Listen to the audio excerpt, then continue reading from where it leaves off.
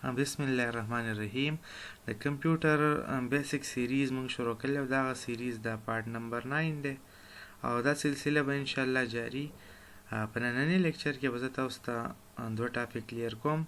یو دا تاسو په یو سیستم په لپټاپ کې چې کوم اپلیکیشن کوم سافټویر انسټالي دا مونږه ان انسټال کوو څنګه، او دا غي نه پس پته دا خبره وکم ان شاء الله په انسټالیشن باره کې به په نیکسټ کلاس کې بیا بحث وکم. بل ډیر کمنټس ما ولید باقي دا خبره راغلی و چې ټایپینګ ماستر به انسټالو څنګه، او په دې کې چې کوم کورسونه لاګ دي نو مطلب د خبرې دا شو چې ټایپینګ ماستر به بیا کریک کوو څنګه.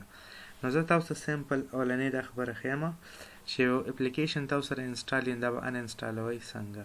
نو زه سیمپل تاسو د مخې راځم او ټایپینګ ماستر ما سره الریډي سره انسټال دی.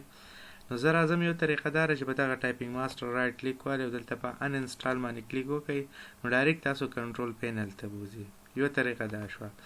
دویمه طریقه دا شو تاسو سیمپل دلته کنټرول پینل سرچ کړئ.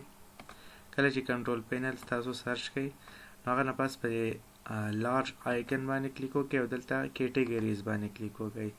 هغه نه پس تاسو ته به ان انسټال پروګرام راوړي، په دې به کلیک کړئ او دې ځون کې تاسو کوم اپلیکیشن ان انسټالول غواړئ چې هغه تاسو کې ان انسټال کړئ. نو زه په کې ټایپینګ ماستر ان انسټال کوم، تاسو ته ښکاري دې ما رائټ کلیک کو ان انسټال او په یس باندې کلیک کو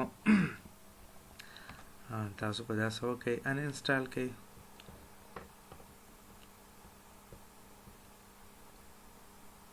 کله چې ان انسټال شي نو هغه نه پس تاسو ته واپس دا انسټال او بیا د کریک کوم. نو ګورئ دا ټایپینګ ماستر خو الریډي ما سره انسټال دی او دا ټایم که زه انسټالوم نو انټرنیټ سپیډ لږ تیز پکار دی، نیټ ایشو ده دلته. نو تاسو به سیمپل لاړ شئ ګوګل کې به سرچ کړئ ګیټ انټو پی سی ویب سایټ، په پس لینک باندې به کلیک کړئ او په هغه لینک کې به تاسو ورکړئ ټایپینګ ماستر. هغه ځای کې زموږ سره ټول سافټویر د کمپیوټر چې کوم یې که نه نو هغه پرو ورژن یې میلاویږي. ما سره الریډي ټایپینګ ماستر چې کوم دی دا زما سره انسټال دی. زه په سیټ اپ باندې کلیک کوم، سیمپل دا انسټالوم. تاسو په سیمپل ګوګل نه سره کې انسټال وکړئ ګیټ انټو پی سی ویب سایټ ته ولاړ شئ. نو دا زه انسټالوم، ایکسپټ کوم اګریمنټ. هغه نه پس دې ځون کې تاسو ته دا کوم پارټیشن ته انسټالوئ. نو دې ځون کې زه تاسو ته یو میسج در کوم بای ډیفالت لازم سره سی پارټیشن ته انسټالیږي.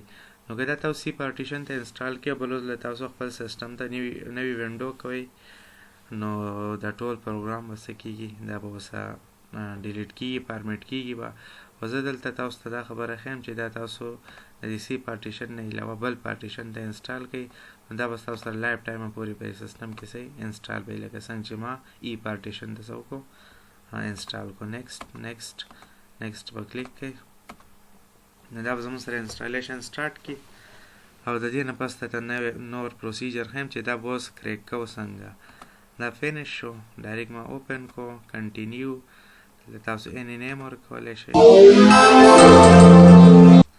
تاسو لیدلی شئ چې زما سره کورس نمبر 1 چې زه کلیک وکم نو دا زما سره ښکاري، دا مطلب اوپن دی، دا هم پرې دي. خو که په دې زه کلیک کوم د دې نه پس زما سره دا ټول سړي لاک دي.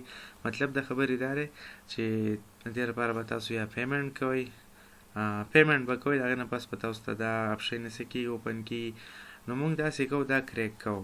کریک کول لپاره به سیمپل تاسو راشئ په انفارمیشن باندې به کلیک کوئ، هغه نه پس به انټرنیټ که تاسو سره کنیکټ یا به ډیسیبل کوئ، په انټر لایسنس باندې به کلیک کوئ او دې ځون کې زه تاسو له یو کی در کوم ایز اټ ایز به کې دا کاپي پیسټ کوئ. هینه ټایپینګ ماستر هیک باندې کلیک وکړئ، په دې سکرین تاسو ته ښکاري.